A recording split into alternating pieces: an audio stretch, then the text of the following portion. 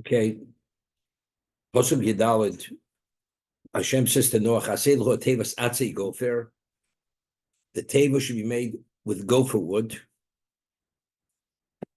and then it concludes the chafarta osig gaisim b'chutz b'gofer, and it should be coated with pitch, with tar, on the inside and the outside to waterproof it, so the water should not seep into the teva. So over here on atzei gofer, this is where we left off. Why was it specifically gopher wood? Kach shmo, v'lo b'minzeh, al shem gofris shenigzar aleim limochas bo. The reason why it was this particular species of wood is to allude how the destruction is going to come about, that if the great flood comes, the water is going to be sulfuric. In Hebrew, gopher is sulfur. So it's to allude to the ultimate, what this is going to bring about, what the Teivah has to contend with. That's about kofer. What's kofer? Zephys, Loshen Arami, means tar, pitch. What's in the Gemara? Kufra. Now, Rashi cites an issue, but Teivah shel Moshe al yedei mayim toshim v'dayo v'chomer mibifnim v'zefs mibachutz.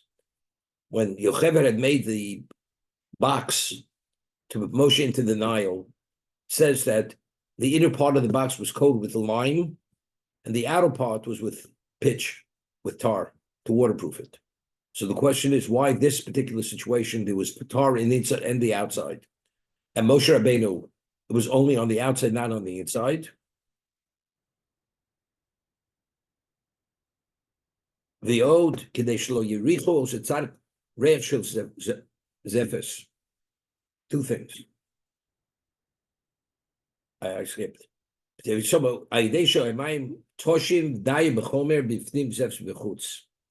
because the Nile, the water wasn't agitating. They just slight movement. Since there was slight movement in the water, it was enough to coat it on the outside with pitch. You didn't need pitch on the inside. But the mabul with the water was not only sulfuric and whatever else, there was agitation. Therefore, you needed pitch on the inside and the outside. Otherwise, the water would have seeped into the Teivah. That's the difference between why here was on the inside and the outside, and Moshe was only on the outside. The old, another reason, so the tzaddik, Moshe Rabbeinu, should not smell the foul smell of tar, of pitch. Therefore, it was on the outside, not on the inside. Avokan, but over here, because of the strength of the water, he put zephys, he put pitch on the inside and the outside. There's two things. One reason over there, because Moshe was a tzaddik, he should not smell the pitch on the inside. So therefore, it was on the outside. In addition, here the water is more agitating, and therefore you needed a more secure type of situation. Therefore, we had to waterproof it, not only from the outside, even from the inside.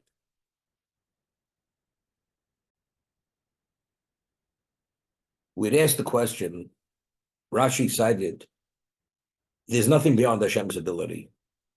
If Noah has to be saved, what does he have to build this ark? Spent 120 years on this project. And in terms of its capacity, it could not accommodate even an infinitesimal amount of life that had to go in there. It was a miracle. And yet, we had said, the Gemara tells us in Zvachim, the water of the Mabul was sulfuric. Everything in the water just dissolved. So why didn't the Teivah dissolve? It was made of wood. So the Gemara says, because Hashem had performed the miracle, that everything was sulfuric except the water that surrounded the Teivah was cold water. It was cold. It was not sulfuric. Therefore, the Teivah did not dissolve in the water, in the sulfuric solution. So talk about capacity-wise, it's a miracle beyond our understanding. Every species, domesticated, undomesticated, reptiles, birds, insects, everything went into this 300 amos long, 50 amos wide, 30 amos high. Everything fit in there. And there was 3 stories. What were the 3 stories? The upper story was for Noach and his family. The middle story was for the animals, for the life, whatever was alive. And the bottom was for the waste. The waste fell to the bottom. So we're talking about a third of the capacity of this Teivah accommodated all life. Because Noach and his family, we're talking about there were only 8 people. So we're talking about miracle. So why? So we didn't explain what it said, but Rashi says, because he had to engage in this, so it should be a focal point to bring them to do tshuva. That the people asked Noach, what are you doing? So there, but it was all miracle. So we asked, why did it have to be specifically these dimensions, these specifications? The answer is, they're symbolic of something, for whatever reason. We don't know. But the Ramban says something interesting. He says this many times. Whenever Hashem performs a miracle always is in a context where it's not so blatantly clear, where you can't deny it's a miracle. You can deny it's a miracle. If you want to see it differently, it's not something which is in your face, which you have to be convinced it is. There's always a way to see it. Why did humanity survive? He built an ark. How big was it? This. They went in. People, if you don't think about the next question, how did it fit? Look, they got it. They went in. But how did the volume, whatever, we don't understand. But if it was a matchbox, or if they were suspended animation, it's clear. It's Hashem. It's Hashem always takes the edge off the miracle, that you don't see it as convincingly obvious where you can't deny it's the hand of Hashem. That's the Ramban. So let's talk. When we find by the Makkah of Dam, the plague of blood, who struck the Nile? Aaron, not Moshe. Why? Because if Moshe would have struck the Nilos, the Nile, it would have been an act of an ingrate. Because really, Moshe should have drowned in the Nile. That little box wasn't sufficient to save his life. The water was seeped in, the box would have turned over because of the current of the Nile, whatever it was. It was a miracle. So the Nile had to be tempered. The miracle had to affect the Nile that it can't function as it normally functions to accommodate Moshe, that he should not drown. That was a miracle. Therefore, Moshe hitting the Nile would have been an act of an ingrate. Therefore, Aaron struck the Nile, not Moshe for that reason. Rashi cites the Chazal over there on location. Now, so the question is, if it was a miracle, why did Yocheved make a box? She could have taken Moshe Rabbeinu. Moshe Rabbeinu was obvious when he was born that he was the Goel. He was the future redeemer of Israel. So if he's the future redeemer, he's not drowning. If Yocheved would have put him straight into the water, he wouldn't have drowned. So why did she make the box? The answer is to conceal the miracle. To conceal it. To take the edge off it. People say, but how did he survive that box? He survived it somehow. But if you put him straight in the water, naturally it's impossible to survive. It's clear, it's a miracle. Therefore, Yocheved made a box to conceal the miracle. That it's not as obvious. Now, there's an argument in the Midrash, when Yocheved purchased the wood for the miracle, for the box, was it the best quality wood, or was the most inferior quality wood? It's an argument in the Midrash. One opinion is it was the best quality wood to make the best floating device. The other one says, no, it was the most inferior quality wood. Why? Because tzaddikim, because a tzaddik values his money more than his life. A tzaddik is not a spendthrift. And since you could spend less, you don't spend more.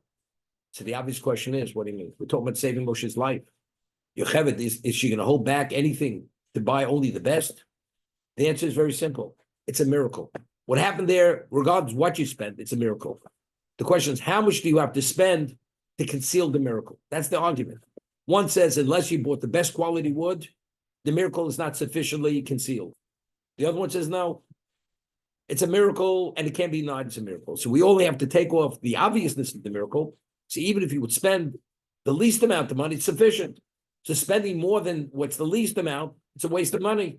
And since the tzaddik values what Hashem gives him, therefore, he doesn't spend more than he has to spend. That's the basis for the argument in the Midrash in Shmos. Same idea here.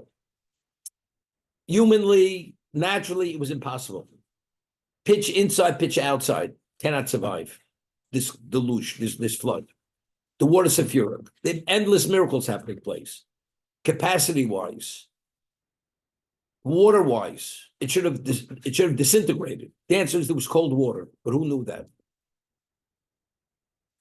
What about the agitation of the water? Well, you put pitch on the inside, on the outside. You realize the way that water was agitating, you could have put pitch on the inside and the outside. It's all meaningless. It's all, again, to conceal the miracle. You know why they survived? It was waterproofed to the ultimate level. Moshe wasn't as important because the water wasn't as it didn't agitate. It was enough to put on the outside. But on the inside, it wasn't necessary. Here, you need, but inside, outside, it was all meaningless. Again, to what degree do you have to go to conceal the miracle? So the Teivah had to be on the inside and the outside, Moshe not. Another reason, even though it would have been obvious it's a miracle by Moshe Rabbeinu, but there's an overriding factor. The overriding factor is Moshe Rabbeinu, that he should not smell that bad smell, the foul smell of the pitch. Hashem says, you know something, even though there may be a little glimpse of miracle, Moshe Rabbeinu not having to suffer to smell the foul smell, that's an overriding factor. So it's enough to what? To conceal it only to that degree. You don't have to go beyond that degree. It's just a question, how much do you need to conceal the miracle? So a tasla Teivah. You have to make a window for that Teivah. Sor means a window. You know, in Hebrew, the tzaddik and zayin, they're interchangeable. In Hebrew, the word is zohar. What's zohar? Zohar arakia. Zohar means the radiance. Sohar, if the tzaddik and the resh, it's really zohar taslu, meaning the location where the sun radiates, comes in to illuminate the location. That's why the window is called zohar, from the word zohar. Okay, it's illuminating. Sohar tasla Teivah. The top of the Teivah, on the lower part, it was wide, as we said, what the dimensions, but to the top, it nearly came to a point. It was only an amma in its terms of the very top of the Teivah. So Rashi says, why? So when it rains, the rain should run off. As the rain pounds on the Teivah, it should go down the sides. If it was flat, you'd have the weight of the water. But since it's narrowed on the very top, the water goes down the sides of the Teivah. Therefore, it's an amma, only an amma at the very top. And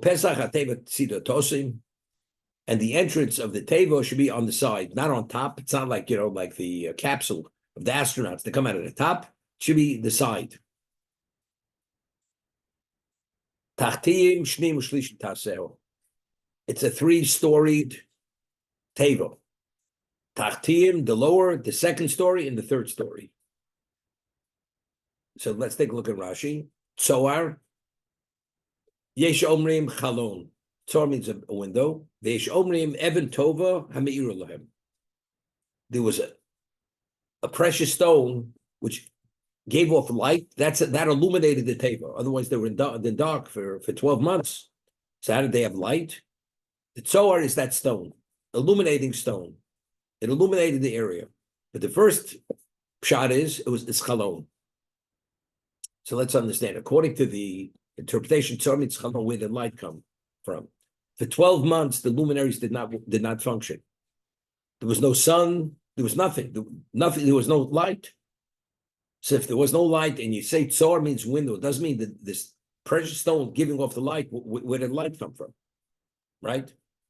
The answer is no question. Everybody agrees there was something which gave light. The question is it the window or was it a stone? What is the meaning of the word Tzoar? But let's say Tzoar does not mean, it means a window. And the light came from this precious stone. Everybody agreed there's something which allowed the light to illuminate the location. The question, but what is the meaning of the word Tzoar?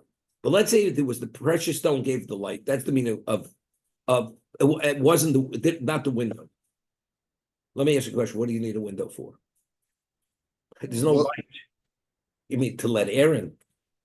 The window is not large enough to let enough air in to somehow to let enough oxygen into this location. The whole thing was a miracle. Okay? But you need the window later to let the birds in and out. Good. At this moment, Noah had no idea why you needed a window. No idea. Hashem says, put a window. There should be a window. Now, we asked the question. See, Alan remembers. Alan works backwards. Alan remembers we said that Noah sent the bird out through the window. Now, the question was, why wasn't that considered a lack of emunah? Lack of emunah. Hashem says, when I tell you to come out, you're going to come out. You go in. When it's time to come out, you're going to go out. Noah, when the tops of the peaks of the mountains, after 40 days, he sent out the raven. Then he sent out the owner, the dove. You mean you're impatient? Wait to see what happens. And then when Hashem tells you to go out, you go out. What's this? You mean the curiosity is burning to such a point, you got to send out the birds. What do you send out? Not only that, until they're ready to go out, nothing can survive out there. So how do you have a right to send out the bird before Hashem tells you to send out the bird? That's the question we asked in the past. So we had mentioned a Maral. The Maral says, whenever you take initiative, even something is not meant to be, but if you take certain initiative, that initiative can activate forces to bring about whatever it has to be, which can be. Noah himself, when he built the Teivah, Hashem says, put a window in there. He had a question. If the luminaries are not functioning and the window is not for the animals to go out, what do I need a window for? Right? What illuminates the Teivah is this precious stone. What do I need a window? Evidently, before we're told to go out, that window has a value. What's the value? My action, taking initiative by sending out the bird to see where it's at, that interest, that initiative could actually expedite the time that we're able to be released to exit from the Teivah. That was the subtle message. That's how we read the script, Noah. That was the value of the Teivah, of the Tzohar, of the window. Because otherwise, what else is the value of the window? What do we need a window? It's not light. The answer is, to me, to take initiative, because maybe that initiative will expedite the time period to allow us to leave sooner rather than later.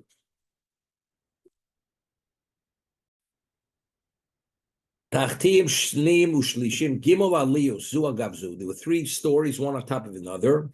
The upper story was for the humans. The second was to accommodate the animals for their living accommodations. The lower level was for the waste. Okay? Meaning there were like spaces between the floor. The animals, when they would defecate, would go through the floor, fall to the lower. And the food, you understand, where did they store food? Noah fed them for a year. You needed also a storage location. That means the location where the animals were, they had to store food on that same level. Can you imagine what kind of miracle this is? Every living species is in that Teivah. 2 of the kosher, 2 of the non-kosher, 7 of the kosher. A number which is not to be believed what the volume is. And in addition, the food which is needed to feed them for a year. That's all on the second level. That's thirdly. Do you know the waste? The waste of these animals, it gives off gases. It's enough to you could actually die just from the toxic fumes of this stuff. It's intolerable. I mean, how do you tolerate the what?